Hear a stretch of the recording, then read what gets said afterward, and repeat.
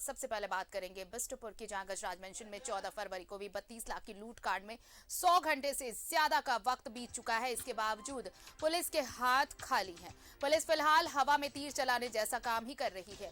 Police की जांच जिस ओर जा रही है उस ओर पुलिस को सफलता हाथ नहीं लग रही। पुलिस को मुखबिर खूब गुमराह कर रहे हैं। अपना रैपो बनाने के लिए मुखबिर अपनी दुश्मनी भी खूब साध रहे हैं। पुरुलिया के बड़ा चीनी को पुलिस ने हिरासत में ले तो लिया है, लेकिन उससे किसी तरह का सुराग हाथ नहीं लगा है। पुलिस को लग रहा है कि लूट कांड में उसका हाथ नहीं है। वहीं पुलिस की एक टीम ने बिहार के कटिहार में जाकर कोड़ा गैंग के कुछ सदस्यों को भी हिरासत में लिया है। उनसे पुलिस लगातार पूछताछ कर रही है। पुलिस सूत्रों का कहना है कि लूटकांड का मोडस ऑपरेंडी पूरी तरह से कोड़ा गैंग का ही सामने आ रहा है। हाथ में पिस्टल आने के कारण कोड़ा गैंग पर पुलिस का शक भी नहीं जा रहा था, लेकिन अब शक की सुई कोड़ा गैंग की तरफ ही है। लूटकांड में पुलिस की नजर रफीक, सद्दाम और अफसर गैंग पर है। तीनों जमशेदपुर के ही रहने वाले हैं और पहले भी कई लूटकांड में ये जेल जा चुके हैं। वहीं शहर के व्यवसायियों का 72 घंटों का अल्टीमेटम भी खत्म हो चुका है। स्वास्थ्य मंत्री बन्ना गुप्ता भी जल्द खुलासे का आश्वासन दे चुके हैं।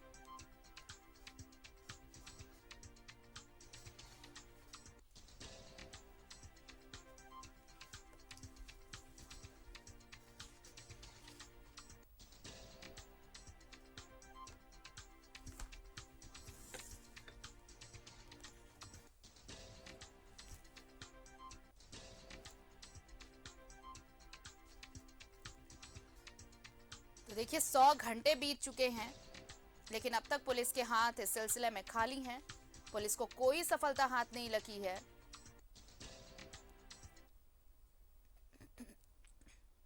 और इस वक्त हमारे साथ सहयोगी पीयूष जुड़ चुके हैं जमशेदपुर से। सीधे जमशेदपुर का रुख कर लेते हैं। पीयूष, देखिए सबसे पहली बात तो ये कि पुलिस अब तक खाक ही छान रही है। इस मामले में कोई सुराग हाथ नहीं लगा है। जिस शख्स को हिरासत में लिया गया उससे भी कोई खास सफलता नहीं मिली। दूसरी तरफ कारोबारियों ने जो 72 घंटे का अल्टीमेटम दिया था वो भी खत्म हो चुका है। तो अब प्रेशर और ज्यादा होगा पुलिस पर। देखिए, पुलिस के लिए तो बहुत बड़ी चुनौती है, क्योंकि 4 दिन बीत चुके हैं। 4 दिन में पुलिस के हाथ पूरे खाली हैं। जो उनका मुखबिर है, जो पुलिस की मुखबिर है, वो लगातार जो है उसे पुलिस को गुमराह कर रही है। क्योंकि जिस तरह से पिछले दिनों पुरुलिया से जो है छोटा चीनी की गिरफ्तारी हुई थी, तो लोगों को लगा था कि कहीं ना कहीं एक खुलासा हो जाएगा इस लूटकांड का। लेकिन अब जो छोटा चीनी भी इस मामले में कहीं से संलिप्त नहीं दिख रहा है, क्योंकि छोटा चीनी जिस समय घटना घटी थी उस समय पुलिया में ही मौजूद था।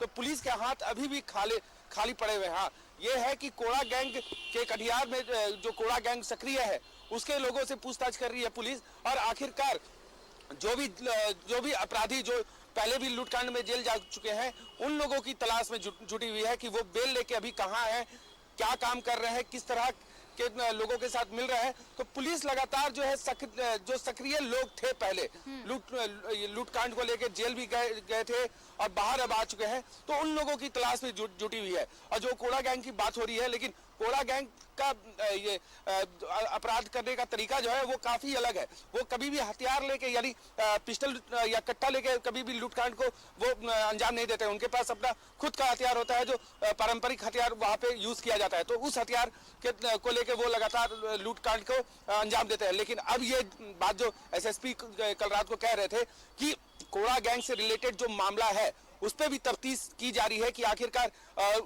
कहीं वो जमशेदपुर में आके और पिस्टल के जरिए जो लूटकांड लूट की घटना को अंजाम देके निकल चुके होंगे। तो उसमें भी कटिहार में भी पुलिस गई हुई है, बिहार के और कई जिलों में पुलिस गई हुई है, उड़ीसा में कई जिलों में पुलिस जो है लगातार तफ्तीश कर रही है कि आखिरकार ये जो लूटकांड है ये किसने किया है। और जो तस्वीर पुलिस के सामने आई है उस तस्वीर का भी स्केच बनाने का प्रयास किया जा रहा है। स्केच बनाने के साथ ही वो जारी किया जाएगा और इस जो अभियुक्त है उसे उसकी पकड़ के लिए पुलिस एकदम लगातार जोर दे रही है। जी, लेकिन पीयूष, ये भी तो मामला है कि देखिए अगर पुलिस अगर जिस तरह से कह रही है कि अगर गैंग बाहर से आया, अपराध इस वारदात को अंजाम देकर वो दूसरे राज्य में चला गया, तो अब दूसरे राज्यों की पुलिस के साथ कोऑर्डिनेशन करना होगा और उसके बाद ही ये संभव हो पाएगा कि अगर अपराधी दूसरे राज्यों में के फरार हो गए हैं तो वहां से कैसे उन्हें पकड़ा जा सके, वहां से कैसे लाया जा सके।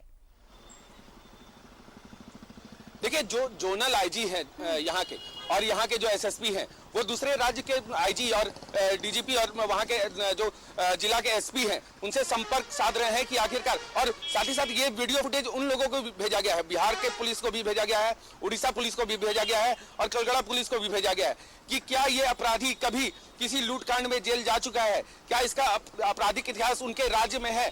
तो पुलिस जो है लगातार जो है दूसरे राज्य के पुलिस से संपर्क में है और ये जानने का प्रयास कर रही है कि क्या ये अपराधी उस राज्य का है या किस जिले का है। तो पुलिस जो है लगातार दूसरे राज्य के पुलिस से संपर्क में है और ये पुलिस एसएसपी जो है, कल बंगाल की पुलिस से भी उनकी बात हुई थी, उड़ीसा पुलिस से भी बात हुई थी। तो पुलिस लगातार सक्रिय है, लेकिन पुलिस के हाथ अभी तक कोई क्लू नहीं लग रहा है, क्योंकि जिस तरह से मुखबिर भी उनको गुमराह कर रहे हैं और उनके पास अपना जो इंटेलिजेंस है वो भी फेल दिख रहा है, क्योंकि 4 दिन बीत चुके हैं और 4 दिन में आरती जो अपराधी है वो कहाँ निकल गए होंगे और जो 32 लाख रुपए है कहाँ इन्वेस्ट उन लोगों ने किया होगा। तो अब जो सबसे बड़ी चुनौती है वो पैसा रिकवर भी करना है, क्योंकि 4 दिन बीत चुके हैं।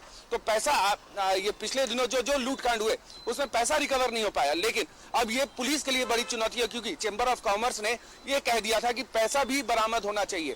तो अब पुलिस के लिए सबसे बड़ी चुनौती तो ये है कि अपराधी की गिरफ्तारी हो, लेकिन उससे बड़ा चुनौती है कि जो पैसा है लूटकांड का जो पैसा है वो जल्द से जल्द रिकवर हो जाए। जी आरती। चलिए, अभी उम्मीद ये की जानी चाहिए पीयूष कि जल्द से जल्द पुलिस के हाथ कोई सुराग लगेगा, जिसके बाद इन अपराधियों की गिरफ्तारी हो पाएगी और इस लूटकांड का खुलासा हो पाएगा। उम्मीद की जानी चाहिए कि पुलिस जो दावे कर रही है उसमें बहुत जल्द कामयाब हो। बहुत बहुत शुक्रिया तमाम जानकारी के लिए आपका। तो देखिए, 100 घंटे से ज्यादा बीत चुके हैं, 32 लाख की लूट हुई थी, दिन दहाड़े ये लूट हुई थी, लेकिन अब तक पुलिस इस मामले में खाक छान रही है।